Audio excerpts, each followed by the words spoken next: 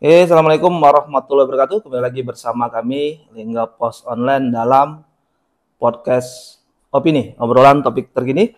Saat ini kita bersama manajer PLN ULP Lubuk Linggau. ULP yaitu Unit Layanan Pelanggan dengan Bapak Ahmad Mailedi. Siap. Pas apa kabar, Pak? Alhamdulillah sehat. Alhamdulillah sehat. Pas ejaannya biasanya kurang pas. Oh, banyak yang kurang pas. Oh ya, Pak, ini biar lebih singkat. Jadi mungkin kita ngobrol ya, namanya PLN kan. Iya.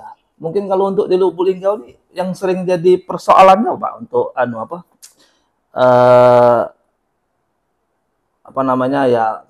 kendala untuk dalam pelayanan kepada pelanggan ini. Kalau pada umumnya sih sebenarnya masalah mati lampu ya. Nah, ya itu kalau bahasa kami padam ya. Oh, padam. Iya, padam listrik gitu. Jadi memang itu bukan hanya di Linggau, mungkin seluruh di unit layanan itu mungkin salah satu laporan yang nomor satu lah kita tidak lanjut dia. Ya, karena konteksnya kan listrik itu bisa dinikmati saat nyala ya. Kalau dia padam tidak ada aliran ya tidak bisa dinikmati. Itu mungkin salah satu yang paling terbesar ya. Nah, maksudnya seperti ini, rata-rata penyebabnya apa ini untuk di Linggau ini? Kalau kita kan sering misalnya padam, kebanyakan apa nih kendalanya kok bisa sampai seperti itu? Kalau pemantauan kami ya sampai saat ini sebenarnya ada dua. Padam itu sebenarnya kategorinya ada dua, karena pemeliharaan sama karena gangguan. Kalau pemeliharaan kan jelas ya, sudah diatur, terjadwal apa yang mau dikerjakan, berapa lama. Nah, yang jadi poin penting itu pada saat gangguan. Karena gangguan ini kan di luar kendali. Gangguan pun ada dua. Jadi ada internalnya kita, maksudnya peralatan kita, peralatan dari luar. Ya. Yang luar itu satu, tanam tumbuh, kedua ya mungkin orang ya, pihak ketiga, atau satu lagi itu binatang. Kalau yang baru-baru ini binatang banyak ya. Banyak. Dalam namanya tupai ya. Oh, dalam berapa waktu ini ya? Tupai paling banyak ditemukan untuk di Lubuk Linggau ya. Karena saya kurang paham juga pemikiran tupai itu seperti apa ya. Sampai harus ke trafo gitu kan. Oh, ke trafo dia malah ya? Iya, apa dia mencari kehangatan di situ. Nah, saya kurang paham. Karena dia biasanya kalau sudah satu ke sana, terus kita pasang penyelamat. Penyelamat itu maksudnya jaring supaya dia tidak ke sana. Masih juga dia. Masih bisa. Dia masih bisa masuk. Dia ada melompat atau seperti apa gitu kan. Oh, jadi kalau trafo memang dikasih pengaman ya? Iya, pengaman, nanti dikasih pengaman di trafo, di busing-busing itu kasih. Tapi dia atau mencari apa celah gitu kan. Akhirnya mungkin untuk tempat bersarang mungkin seperti itu. Kalau enggak juga kayaknya apa main atau cari apa gitu kan di situ. Nah, terus kalau kabel bisa nggak? Ada nggak ketemu misalnya kabel yang tupai misalnya kena itu? Ada juga. Kalau kabel jarang, malahan kalau yang di atas itu, kalau yang jaringan 3, jaringan tegang menengah itu, yang 3 itu biasanya kalau binatangnya kalau nggak ular kalong. Oh, kalong atau ular ya. Atau di daerah tertentu burung merpati. Tapi jarang sebenarnya. Burung merpati. Tapi kalau dia sudah burung merpati itu duduk di dekat tiang, kalau dia di kabel kan aman tuh. Iya, di kabel. Pas di dekat tiang itu dia, kalau dia lagi mengembangkan sayap, dia kena itu. Kena. Jadi harus kena dua-duanya artinya. Iya, jadi kalau satu enggak masalah, karena ada kecil itu. Kita pun kalau pegang itu gantung-gantung enggak masalah. Satu ya? Satu. Jangan coba-coba satu lagi. Oh, jangan satu lagi. Oh, kalau kita mau lompat gitu dari bawah pegang enggak apa-apa. Oh, enggak apa-apa. Karena tidak ada hambatan, hanya di kita larinya gitu. Kita dialiri kayak dipijet. Ada kan apa namanya? Oh ya, seperti yang refleksi. Refleksi. Nah, terus ini untuk mendeteksi titik tempat yang konslet seperti itu, sulit nggak? Dulu mungkin sulit, tapi sekarang sudah mulai bergerak untuk istilahnya percepatan ya. Karena kan di peralatan kita tuh ada namanya proteksi. Proteksi misal dari di sini ada peralatan kita, di sini jaringan. Terus tiba-tiba jaringan ini terganggu. Di sistem proteksinya itu ada indikasi, ada angka. Itu yang bisa mempercepat, titik ini. Oh, nah itu. Dengan indikasi titik ini. Tapi apakah itu tepat? Ya belum tentu karena itu perhitungan manusia. Ya, perhitungan. Karena nanti estimasi ya. Ya, karena peralatan itu kan pabrikan segala macam, terus nanti sambungannya pakai manusia gitu kan. Nah itu mungkin ya paling berapa persen daerah sekitar situ gitu. Tapi kan daerah sekitar itu misalnya itu kan panjang-panjang masih ya jauh artinya kan? Iya jauh. Jadi gini, sistem teman-teman teknik itu, jadi pada saat misalnya nih, kan kita ada jurusan, misalnya jurusan namanya jurusan bandara, itu jurusannya bandara, misalnya padam di sana. Ya, padam sana. Di mana ini gangguannya? Oh, titiknya harus gangguannya nilai angkanya sekian-sekian. Oh, berarti dekat. Oh, seperti itu. Ya. Dicek. Secara visual nggak dapat, misalnya semalam itu ya. Secara visual tidak dapat, berarti harus ngulang lagi, dicek lagi. Pelan-pelan. Nah, gitu sampai nanti ya, alhamdulillah kayak malam minggu kemarin tanggal 6 ya, itu ada warga yang melapor. Nah, jadi lebih mempercepat kita. Oh, lebih percepat ya. Jadi ya kan kami kan bayangkan nih, awam nih seperti saya. Seperti misalnya tadi ada tupai atau ada benda asing lah yang misalnya nempel di itu. Kan apalagi malam misalnya. Gimana mau ngeceknya kan sepanjang jalur itu kan lama. Artinya itu termasuk salah satu yang membuat proses recovery-nya lama ya. Iya. Karena angka yang muncul di peralatan itu ya belum tentu valid, tapi mendekati gitu. Mendekati. Itu pun maksudnya kan pakai radius dari titik ini. Tahap kedua kalau nggak ketemu berarti ngulang lagi. Mengulang lagi, memastikan lagi gitu kan. Memastikan lagi. Kayak seperti kemarin kan tidak dapat tuh indikasi secara visual kasat mata. Diulang lagi. Terus nggak dapat lagi. Kita ukur di titik itu, kayak dapat laporan kemarin, ada berapa trafo kita ukur. Tahanannya segala macam. Kalau pengalaman Pak Ahmad ya, itu pernah paling lama sampai berapa lama itu? Berapa jam baru bisa ketemu kayak gitu? Tergantung ya. Iya, tergantung gini. Penyebabnya apa?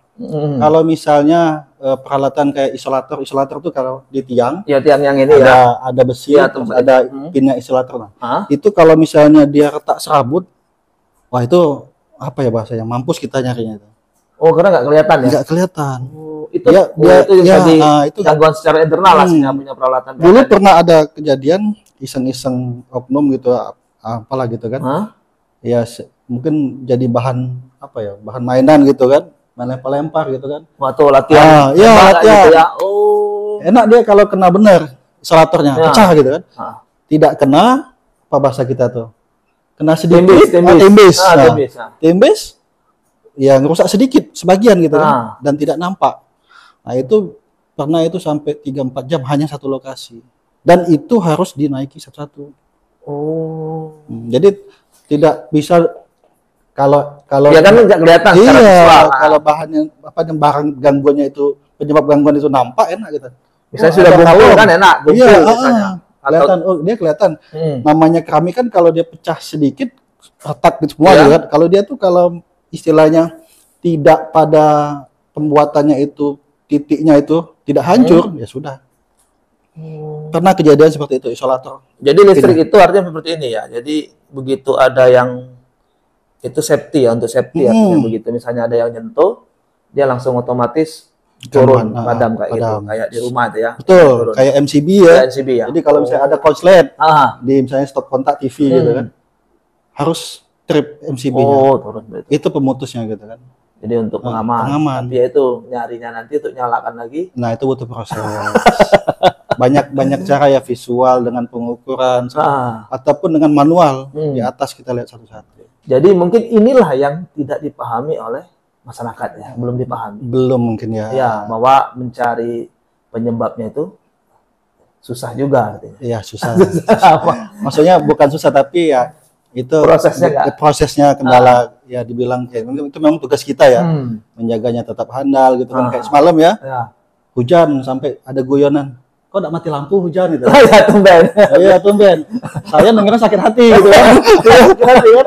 Tapi ya di sisi lain ya alhamdulillah. Alhamdulillah. Kan kami teman-teman di lapangan dengan petugas yang lain itu kan sudah ya sedikit sudah ada hasil gitu ya. Ya gitu.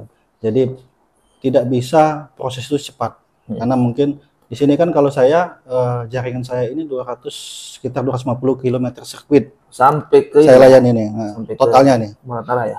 Ya, sampai perbatasan. Kalau tambah Muratara sudah ULP sendiri ya. Kalau dulu ULP Lubuk Linggau itu sampai ke Muratara ya. Tapi kan kota kan beda dengan kabupaten. Jadi penyebab gangguan itu kriterianya beda dengan, mohon maaf, di kabupaten beda.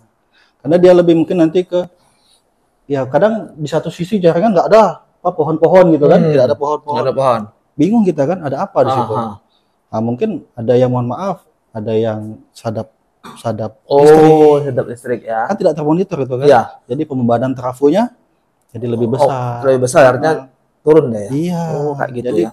Harusnya yang dimonitor kita, dia 80%, ternyata pada saat temuan sudah lebih gitu kan, karena mungkin ada indikasi lain penyebabnya. Indikasi lain seperti itu ya. Terus kalau di luar mungkin lebih banyak pohon. Kita banyak juga pohon.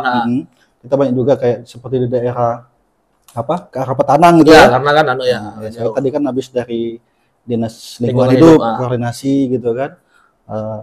Tempat lain ya di kota mungkin sedikit, tadi sudah di Jalan Ciremai Dalam sudah kita potong tengah gitu kan. Nah, jadi kita buang-buang potensi nih. Karena kita kan gangguan tidak tahu nih. Ya, itu kalau misalnya jaringan antar rumah juga juga ya bisa lebih riskan juga. Yang misalnya nggak ada tiang, kan ada jaringan nih yang ke daerah yang misalnya gang-gang kecil itu kan antar rumah biasanya. Nah itu nanti kan paling bukan seperti di JTM, dia saluran rendah, sambungan rumah, jaringan tegangan rendah, dia lebih ke misalnya pohon jangan sampai dia roboh, nimpa jaringan itu menyebabkan si pelanggannya mati lampu. Kalau itu lokal ke rumah. Iya, dia kan juga bungkus ya, lebih bungkus, lebih enak gitu. Cuman masalahnya dia nanti kalau roboh, ada yang nimpa itu, yang pelanggan yang terkait di sekitar itu yang padam. Seperti itu. Terus ada satu lagi yang pengen saya tanya ini, yang penasaran ini. Kalau kebakaran, kan sering orang kan kebakaran diduga konsleting. Apa kira-kira bener nggak itu? Memang apa gara-gara rata-rata karena konsleting listrik? Karena rasanya kalau konsleting kan turun. Jadi gini, NCB-nya. Jadi kan ada dua nih temuan kita selama ini, dan saya juga nemukan kenapa rumah itu bisa terbakar. Yang pertama ada yang bilang ada yang gas gitu ya. Nah sekarang kita ngomong masalah listrik. Masalah listrik. Konsleting listrik. Konsleting dia bilang. Konsleting itu kan berarti kan idealnya MCB yang di luar itu bisa memutus pada saat dia begitu konslet kan? Konslet. Nah, ini kadang ada indikasi, mohon maaf sebelumnya kami sampaikan juga ke masyarakat, jangan pernah mengganti MCB dengan tidak standar. Yang di luar ya? Iya, itu sering kejadian. Kalau sekarang kan enak, KWH Prabayar itu, dia kalau kita buka kapnya padam pasti. Yang ini, yang token ya? Iya. Yang token. Ya karena dia sudah ada switch, ada pengaman. Jadi makanya kalau yang dulu dia kan enggak. Yang pakai rekening ya? Yang pasca bayar itu kan bisa tuh. Padahal udah disegel, diputus, digantinya karena nggak mau turun. Dia nggak tahu turunnya karena apa MCB-nya. Ternyata karena pemakainya lebih. Kalau MCB yang tidak standarnya PLN, MCB itu kan ada dua sistem tuh. Satu pembatas daya sesuai daya kontraknya, misalnya 1300. Berarti dia 6 ampere daya. 6 ampere. Lebih dari itu turun. Turun ya. Kedua, MCB PLN itu dia ada short circuit. Nah, itulah fungsinya tadi kalau ada konsleting di instalasi pelanggan itu langsung turun. Nah, itu. Mohon maaf, yang beredar yang dipasang oleh beberapa pelanggan oknum ya, dia masang MCB yang fungsinya sama kayak saklar itu loh. Kayak saklar listrik. Kalau ada jaringan di situ yang konsleting nggak akan turun ya. Nggak akan turun ya. Hidup ya. Nah, dia nggak ada fungsi short circuitnya. Seperti itu. Dan yang kedua, mohon izin, kadang pernah ditemukan saya waktu dinas di tempat lain, yang konsleting itu malahan bukan dari jalurnya MCB itu, dia ngetap ngonek di tempat luar. Nah itu nyolong.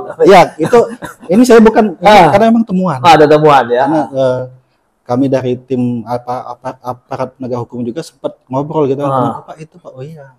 Ada gitu. Artinya jadi kebakarannya bukan karena yang jalur yang resmi, tapi dia nyolong itu. Karena setiap kabel induknya di mana itu yang harus turun.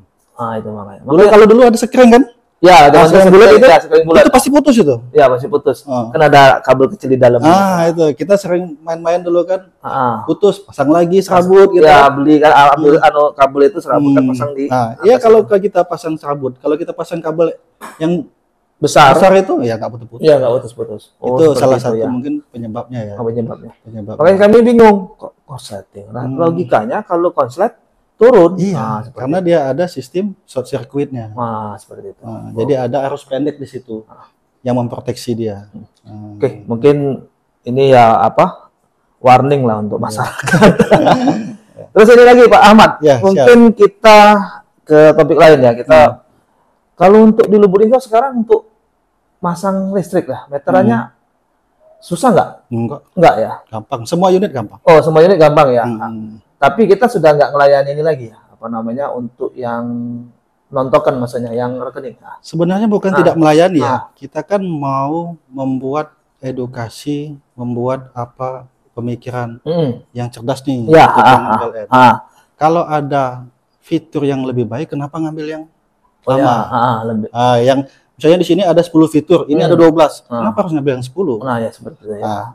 Misalnya si prabayar itu ada 12 fitur, ada semua kecanggihan, semua kemudahan ada di situ. Ya, lebih mudah memang, lebih simpel seperti itu. Kalau pelanggan terkait mau, Pak, kami tutup maunya di pasca yang bulanan. Boleh silakan. Oh bisa ya. Tapi salah satu poin yang kami tekankan, nanti silakan dibuat surat pernyataan bahwa dia tidak nunggak. Karena tunggakan tidak ada di bayar. Nah, itu kan fiturnya itu. Jadi kita imbangi. Kalau Bapak Ibu bisa memastikan itu tidak nunggak, silakan, nggak apa-apa. Karena nanti pada saat nunggak ya ada aturan yang berlaku gitu. Ya, ada sanksi pemutusan sementara, nanti pembongkaran rampung. Nah, itu yang kita tidak ingin lakukan itu. Nanti kan ganggu kenyamanan. Ya, karena tahu-tahu ada yang datang kan nggak enak. Dan manusia tempatnya lupa gitu ya. Tempatnya lupa ini yang kita. Jadi kalau untuk meteran nggak masalah sekarang ya? Nggak apa-apa, nggak ada. Jadi cukup ya. Permohonan bisa secara online, plan mobile gitu kan. Ya, karena bisa, semua bisa. Nanti langsung ditindaklanjuti oleh petugas gitu kan. Nanti kalau memang perlu data sesuatu terkait permohonan itu nanti disampaikan oleh petugas, lengkapi. Silakan. Kalau lengkap prosesnya butuh berapa lama kita untuk Kita kalau tidak ada kendala itu paling lama 5 hari. 5 hari ya? Paling lama. 5 hari sudah siap pasang artinya? Sudah, terima. Dan pembayarannya itu semua online ya? Online. Jadi tidak perlu ke kantor lagi. Kemarin pernah ada satu. Pak, saya mau ini katanya, yang baru ya. Oh iya Pak, nanti saya kantor Pak ya, bawa uangnya. Oh kenapa? Saya bilang, kenapa bawa uang ke kantor? Saya bilang, itu Pak. Ya udah, saya bilang, Bapak mau permohonannya kemana?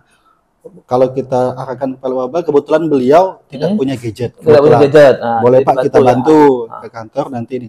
Terus bayaran Pak, Bapak ada apa loket situ? Indomaret, ada ya Pamart gitu atau kan, loket hotel, kantor pos gitu kan, silakan bisa gitu. Oh segampang ini Pak ya?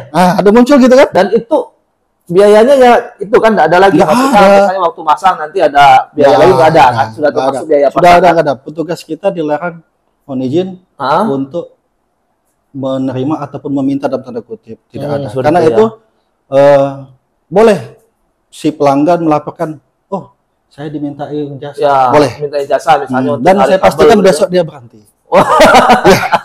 Ya itu salah satu kita yang PLN.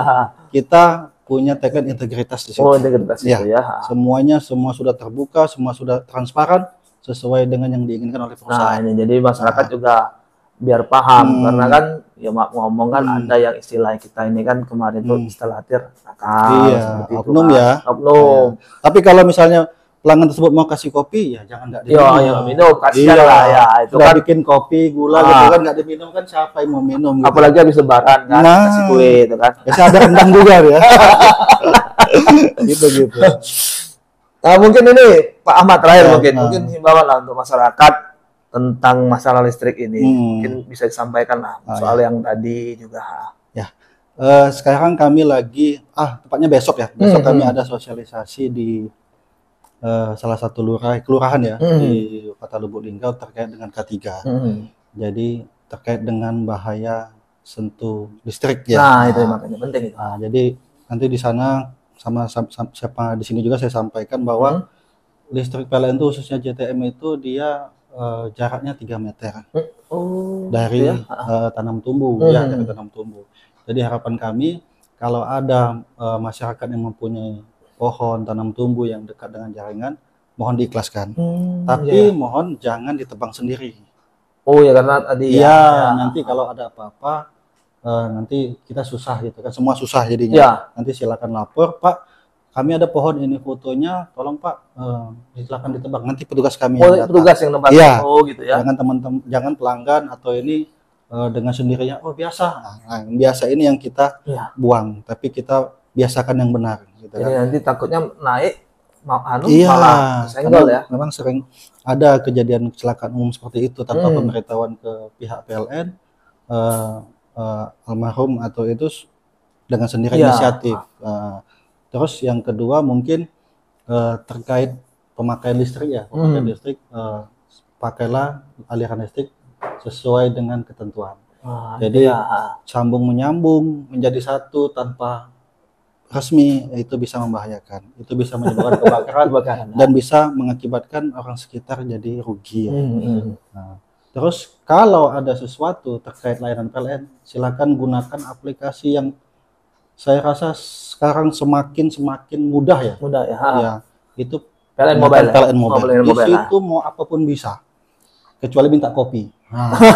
Jadi di sana mau pasang juga bisa, pasang baru bisa. Bisa ya. Nanti misalnya, Pak, saya ada acara nikahan di ini, kami butuh daya sekian. Bisa ya. Bisa di situ ya. Langsung keluar registernya, PLN langsung di tag, ada laporan bahwa ini sudah lakukan pembayaran, kami pasang. Tinggal penyambungan sementara.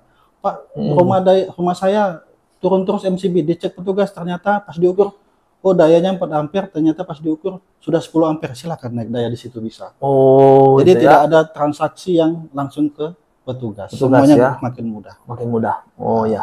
Jadi gunakan PLN Mobile. Itu. Mau lapor ada gangguan misalnya, mau lapor ada gangguan, ada ini, silakan PLN Mobile bisa. Bisa. Mau ngeluh juga bisa. Ada. Di situ ada laporan gangguan, ada laporan keluhan. Kalau dulu itu ada telepon ya? 123. Kontak center 123 sekarang masih ada. Masih ada ya? Jadi kalau dulu kan kita pakai kode area ya. Nah, sekarang udah HP langsung bisa 123 langsung nyambung. Nyambungnya tapi ke pusat dulu ya? Sama, nanti di HP saya muncul. Muncul ya? Kadang lapor 123. Muncul ya? Di HP saya muncul. Ya gitu. Siapa yang lapor? Tapi kalau saya enak langsung aja. Tapi sebaiknya lewat PLN Mobile. Karena nanti semua terekod. Terekod. Jadi kalau di PLN Mobile kan artinya bisa dilihat juga oleh semua manajemen, saya, atasan saya, semua lihat. Bisa lihat. Semua lihat semua. Nanti di situ kita ada laporan bahwa progres sudah selesai ini, evidennya ini segala macam. Seperti itu. Boleh lah kalau memang sudah lapor, ditambah bumbunya nanti saya sudah lapor tuh dia. Siapa tahu saya lagi di kamar mandi gitu. Oke, terima kasih Pak Ahmad Meledi. Benar ya? Meledi. Oke, demikian bersama kami di Lingga Pos Online. Apabila Anda menyukai video ini, silakan like dan bagikan. Wassalamualaikum warahmatullahi wabarakatuh.